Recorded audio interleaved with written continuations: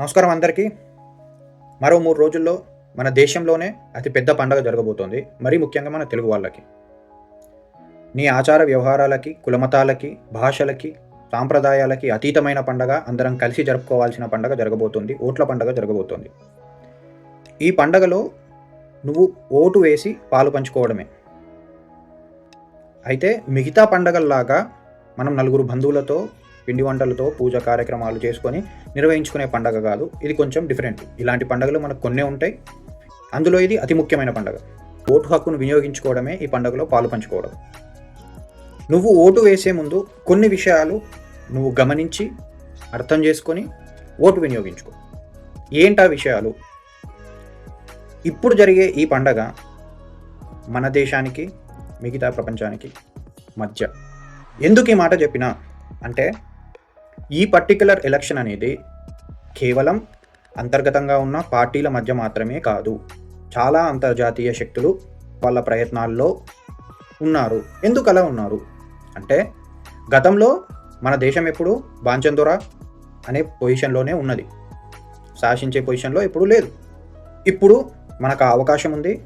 So ఇప్పటిదాకా మనల్ని బానిసల్లాగా చూసిన అవే దేశాలు మనం శాసించే పొజిషన్లో ఉంటాము అంటే ఎలా జీర్ణించుకోగలుగుతాయి?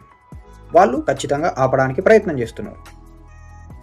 నేను ఇంతకుముందు బీజేపీ గురించి అయినా, కాంగ్రెస్ గురించి అయినా, వేరే పార్టీల గురించి అయినా, వాళ్ళు చేసిన మంచులు చెడులు గురించి మాట్లాడినా మీరు నా పాత వీడియోలు చూసుకోవచ్చు. కానీ ఈరోజు మనం అందరం అర్థం చేసుకోవాల్సింది ఏంటి అంటే, మన దేశం ఎప్పుడు బాంచందొర, సరే నువ్వు ఎట్లా చెప్తా అట్లింటా అనే పొజిషన్లో ఉండాలా? అందరం కలిసి ఉందాము. నా అంతర్గత విషయాల్లో నువ్వు జోక్యం చేసుకోకు, నీ అంతర్గత విషయాలు నన్ను అడగకు, నేను నీ సహకారం అందిస్తా, నువ్వు నాకు సహకారం అందించు అనే పొజిషన్లో ఉందామా అనేదాన్ని డిసైడ్ చేస్తే, అది ఎప్పుడు సాధ్యపడుతుంది అంటే, మనం ఎన్నుకున్న ప్రభుత్వము స్ట్రాంగ్గా ఉన్నప్పుడే అది గట్టి నిర్ణయాలు తీసుకోవడానికి ఆస్కారము, అవకాశము ఉంటుంది. అలా ఉండాలి అంటే మనం నిర్ణయించుకొని మన ఓటు హక్కును సరిగా వినియోగించుకోవాలి. నేను ఇప్పటిదాకా చెప్పిన విషయాలకి కారణాలు చాలా ఉన్నాయి. నేను చాలా పాత వీడియోల్లో వాటికి సంబంధించిన విషయాలు పెట్టినా, కానీ అన్నీ క్రోడీకరించి చరిత్రను అవగతం చేసుకొని ఫ్యూచర్ ఎలా ఉండాలి అనే విషయం మీకు చెప్పాలి ఈ వీడియో ద్వారా అని చెప్తున్నాను. గత 10 ఏళ్లుగా ఉన్న ప్రభుత్వం మనకు ఆ బానిసత్వం నుంచి విముక్తి కలిగించింది. ఈరోజు ప్రపంచానికి మోడీ అనేవాడు మార్గనిర్దేశకుడైండు. రెండవది, ఈ సో కాల్డ్ సూపర్ పవర్స్ మధ్య నలిగిపోతున్న టైంలో, ఇప్పుడు వాళ్ళు కొట్టుకుంటున్న టైంలో మనకు కొంచెం అవకాశం ఉంది. మనకు వాళ్లకు ధీటుగా ఎదిగే అవకాశం ఇప్పుడే ఉంది. ఇది మళ్ళీ రాదు. వాళ్ళ అధికారానికి మనం తలొంచాల్సిన అవసరం లేని అవకాశం మనకిప్పుడు ఉంది. దాన్ని వినియోగించుకోవాల్సిన అవసరం భారతీయులందరిగా మనందరి మీద ఉంది. ఈ ఎన్నికల్లో మతం అనేది చాలా ముఖ్యమైన విషయం అయిపోయింది. అయితే నేను అన్ని మతాల వాళ్ళకి ఒక విషయం గుర్తు చేస్తున్నా. స్వాతంత్రం వచ్చిన తర్వాత ఉన్న కాంగ్రెస్ ప్రభుత్వము మతాన్ని ఆధారంగా చేసుకొని రాజకీయాలు నడిపింది. దానికి ఉదాహరణలు చాలా ఉన్నాయి. ఎందుకు అంటే, హిందువులు ఎప్పుడైనా ఒక పెద్దన్నగా వ్యవహరించారు. అపీజ్మెంట్ పాలిటిక్స్ చేసినప్పుడల్లా ఒక పెద్దన్నగా వ్యవహరించారు. చూసి చూడనట్టుగా భరించినట్టు ఉన్నారు. అన్యాయాలను సహిస్తూ వస్తున్నారు. కానీ మన కడుపు నింపడం కోసము ఇంకొకటి కడుపు కొట్టడము భావ్యమేనా? ఏ మతం వాళ్ళైనా ఒకసారి ఆలోచించుకోండి. నీకు ఆకలేస్తున్నప్పుడు నువ్వు కష్టపడి సంపాదించుకోనైనా తిను, లేదా ఎవరైనా పెట్టినప్పుడు తినాలి. అంతేగాని ఇంకొకటి ప్లేట్లోంచి గుంజుకొని తింటా అంటే అది అన్యాయమా కాదా? రిజర్వేషన్స్ గురించి అయినా సరే, దేవాలయాల గురించి అయినా సరే, దేవాలయాల ఫండ్స్ అయినా, భూముల గురించి అయినా సరే, ఒక సాంప్రదాయాల విషయంలో ప్రభుత్వం కలగజేసుకోవడం, వాటిని నిర్బంధించడం, ఉత్సవాలను అడ్డుకోవడం, ఇలాంటివన్నీ ఎవరికైనా, ఏ మతం వాళ్ళకైనా జరిగిన అన్యాయమే. ప్రాక్టికల్గా ఆలోచించు. మతాన్ని వదిలేయి, కులాన్ని వదిలేయి, తరతరాల నుంచి మా తాతలు ఇది దానికే ఓటేసిండ్రు, మా నాన్నకి ఇది దానికే ఓటేసిరు కాబట్టి నేను కూడా ఓటేస్తా కాకుండా ఇలాంటివన్నీ వదిలేసి ఒక్కసారి గత 10 సంవత్సరాలలో మన దేశము ఏమైనా వృద్ధి చెందిందా లేదా, దానికి మన ప్రభుత్వం ఏమైనా కృషి చేసిందా లేదా, కుల మతాలకు మిగతా వాటినన్నిటిని పక్కన పెట్టి కేవలం ఈ ప్రాతిపదికన ఒక్కసారి ఆలోచించి చూడు. బీజేపీ ప్రభుత్వం ఏదైనా ఒక రంగం ఎంచుకో, సంక్షేమమైనా సరే, వ్యవసాయమైనా సరే, ఇంకా ఏదైనా ఆరోగ్యమైన, విద్య అయినా, ఏదైనా నీకు అవగాహన ఉన్న ఒక రంగాన్ని ఎంచుకో. దాంట్లో జరిగిన ప్రగతి ఏమైనా ఉందా? ఆ 60 సంవత్సరాలకు, ఈ 10 సంవత్సరాలకు పోలిక చేసుకొని చూసుకో. వాళ్ళు చెప్పిన వాటిలో ఎన్ని పూర్తి చేయగలిగినరు? 100 చెప్తే 99 కూడా పూర్తి చేయగలిగినరా? లేదా 10 మాత్రమే పూర్తి చేసి 90 పెండింగ్‌లో పెట్టినరా? ఇది కూడా నువ్వు తీసుకో. దానికి అది ఎందుకు తీసుకోవాలి అని అంటే, వచ్చే సంవత్సరాలలో వాళ్ళు చేసిన వాగ్దానాలు వాళ్ళు గతంలో చేసిన కార్యక్రమాలను బేస్ చేసుకునే ఉంటాయి. వాళ్ళు గతంలో చేసిన ప్రామిసెస్ పూర్తి చేసుకున్నారు అంటే, ఇప్పుడు వాళ్ళు ఇచ్చిన వాగ్దానాలు ఫ్యూచర్లో పూర్తి చేస్తారని అర్థం. అలాంటి పార్టీలు, అలాంటి ప్రభుత్వాలు ఉన్నప్పుడే దేశం అభివృద్ధి పథంలో నడుస్తుంది. ఇప్పుడు కాంగ్రెస్ని ఎగ్జాంపుల్గా తీసుకుందాం. ఏం చేయాలనుకుంటుంది కాంగ్రెస్? బయట శక్తులతో కాంగ్రెస్ గెలవాలని పాకిస్తాన్ కోరుకుంటుంది, చైనా కోరుకుంటుంది, జర్మనీ కోరుకుంటుంది, అమెరికా కోరుకుంటుంది, కెనడా కోరుకుంటుంది, యూకే కోరుకుంటుంది. ఎందుకు కోరుకోవాలనుకుంటారు? వాళ్ళకి ఏం అవసరం కాంగ్రెస్ గెలిస్తే?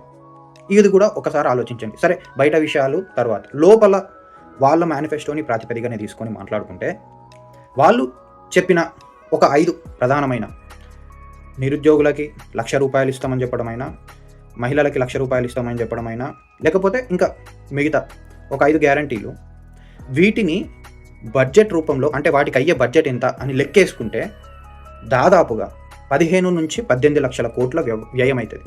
ఇది అదనపు భారం. ఇప్పుడు భారతదేశానికి ఉన్న ఖర్చులు కాకుండా ఈ 18 లక్షల కోట్లు అనేది అదనపు భారం. ఇది భారతదేశం మోయగలదా? ఆల్రెడీ ఉన్న దాంట్లోనే మనము ఒక పొజిషన్ క్రియేట్ చేసుకోవాలి. అప్పులు చేయాలంటే ఒక పొజిషన్ క్రియేట్ చేసుకోవాలి. అంటే మనకు ఒక రెస్పెక్ట్ ఉండాలి. మనం అడిగితే మనకు అప్పిచ్చే విధానాన్ని క్రియేట్ చేసుకోగలగాలి. ఇప్పుడు మనది అదే పొజిషన్లో ఉంది. అంతేగాని మనం ఎవరి దగ్గరికైనా అప్పు వస్తే బిచ్చగాడు వచ్చిండ్రా అని చెప్పేసి పడేసే స్థితిలోకి రావద్దు. ఈ 18 లక్షల కోట్లు అమలు అయితే, ఫస్ట్ ఆఫ్ ఆల్ అన్ని పైసలు లేవు. ఇది అమలు కావాలంటే ఒకటే దారి, అప్పు తెచ్చుకొని అమలు కాలేదు. అలాంటి విషయం అయితే భిక్షగాని కంటే దారుణంగా చూస్తారు, తయారవుతుంది.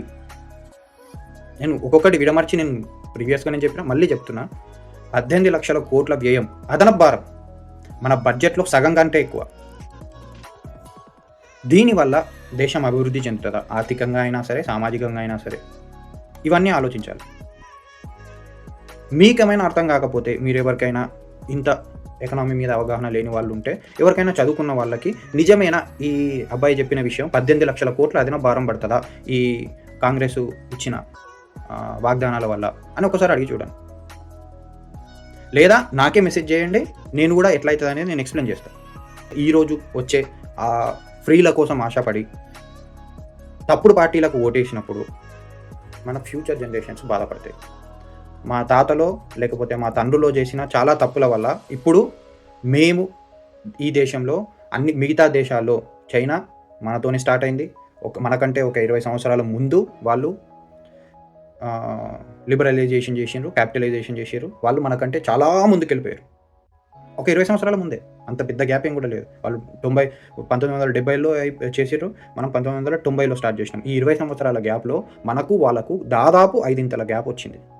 ఇది గత ప్రభుత్వాలు చేసిన తప్పు, ప్రత్యేకించి కాంగ్రెస్ ప్రభుత్వం చేసిన తప్పు. సో ప్రభుత్వం అనేది ఇంత ఇంపార్టెంట్ పాత్ర పోషిస్తుంది. ఇప్పుడు మనం అందరము, లేదా మా జనరేషను, తాతలు లేదా మా నాన్నల తరాలు తప్పుడు పార్టీలను ఎన్నుకొని వాళ్ళ ఓట్లు వేయడం వల్ల మేము ఈరోజు బాధలు పడుతున్నాం. దానికి కారణం ఖచ్చితంగా కాంగ్రెస్ ప్రభుత్వము, వాళ్ళు చేసిన తప్పుడు రాజకీయాలు. చైనాలో ఇంటికి ఒక ఇండస్ట్రీ లాగా ఉంటుంది. ఇద్దరం ఒకటేసారి స్టార్ట్ అయినప్పుడు మన దగ్గర ఎందుకు అట్లా లేదు? మనకు ఆల్మోస్ట్ సేమ్ పాపులేషన్ ఉంది. అది ఇంకా మల్టీ డెమోక్రసీ కాదు, మనది ఇంకా డెమోక్రసీ. డెమోక్రసీలో మనది ఇంకా బాగా అభివృద్ధి చెంది ఉండాల్సింది కదా. కాంగ్రెస్ ఎందుకు చేయలేదు? ఎందుకనంటే కాంగ్రెస్ ఎప్పుడు నిన్ను భిక్షగాన్లాగా, వాళ్ళు బిచ్చం వేస్తే నువ్వు చిప్పబట్టుకొని వాళ్ళ ముందు కూర్చునే భిక్షగాన్లాగానే నిన్ను ట్రీట్ చేస్తుంది. ఎప్పుడైనా అది మారే పరిస్థితి వచ్చినప్పుడు యుద్ధ వాతావరణాన్ని సృష్టిస్తుంది. ఈ ఎలక్షన్లో చేసినట్టు తప్పుడు వాగ్దానాలు ఇవ్వడం, అబద్ధాలు ఆడడం, బూతులు మాట్లాడడం, మతాల మీద దాడి చేయడం. వాళ్ళు ఏ మతానికి మిత్రులేం కాదు. దయచేసి మీలో ఎవరైనా కాంగ్రెస్ అంటే ముస్లింల కోసము పాటుపడుతుంది అని అనుకునే పొరపాటున మీరు ఆ మిస్కన్సెప్షన్లో కనుక ఉంటే దాంట్లోంచి బయటకు రండి.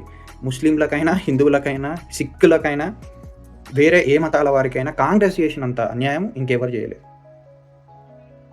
వాళ్ళు ఆ అన్యాయాన్ని తుడుచుకోవడానికి ఎదుటోళ్ళ మీద నిందలేస్తూ వచ్చారు. ప్రతిదాన్ని వాళ్ళు వేసిన ప్రతి నిందకు నిజం వేరే విధంగా ఉంటుంది. అలా ఎందుకు వేస్తారు? అలా వేయకపోతే మీరు వాళ్ళకు ఓట్లు వేయరు. సో ఇది కాంగ్రెస్ నిజ రూపం. అన్నీ అబద్ధాలే, అబద్ధాల మీద కట్టుకున్న ఏమంటారు చీమల పుట్ట లాంటిది అన్నట్టు. సో మీరు వాళ్ళు చేసే అబద్ధాలను, వాళ్ళు ఆడే తప్పుడు వాగ్దానాలను నమ్మి ఓట్లేసినంత కాలం వాళ్ళ ఆటలు అలా సాగుతూనే ఉంటాయి. దేశ విచ్ఛిన్నకర శక్తులకి ఎప్పుడు మంచి జరుగుతూనే ఉంటుంది. ఎక్కడో లేవు, నేను చాలా ఎగ్జాంపుల్స్ చెప్పగలుగుతా. నిన్ననే కేరళలో 50,000కు పైగా ఇన్ఫిల్ట్రేటర్స్, మన దేశాన్ని నాశనం కోరుకునే వాళ్ళు చొరబడి దొంగ ఆధార్ కార్డులు, దొంగ ఓటర్ కార్డులతోని ఆవాసాలు ఏర్పరచుకున్నారు.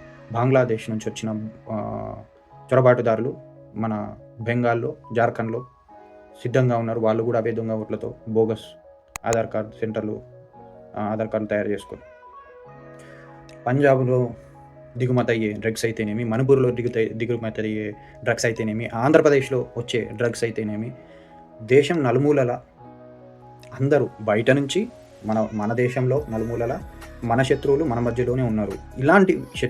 ఇలాంటి దేశ విచ్ఛిన్నకర ఇలాంటి శత్రువులను, సమాజాన్ని వినాశనానికి తీసుకుపోయే శక్తులను మనం ఎదుర్కోవాలంటే మన ప్రభుత్వం గట్టిగా ఉండాలి.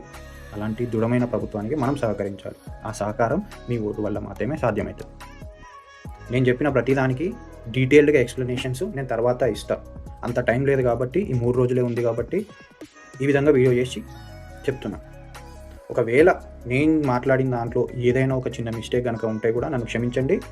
మీ అన్నగానో, తమ్ముడుగానో, కొడుకుగానో అనుకొని క్షమించండి. కానీ నేను చెప్పిన దాంట్లో ఏ తప్పులు లేవు.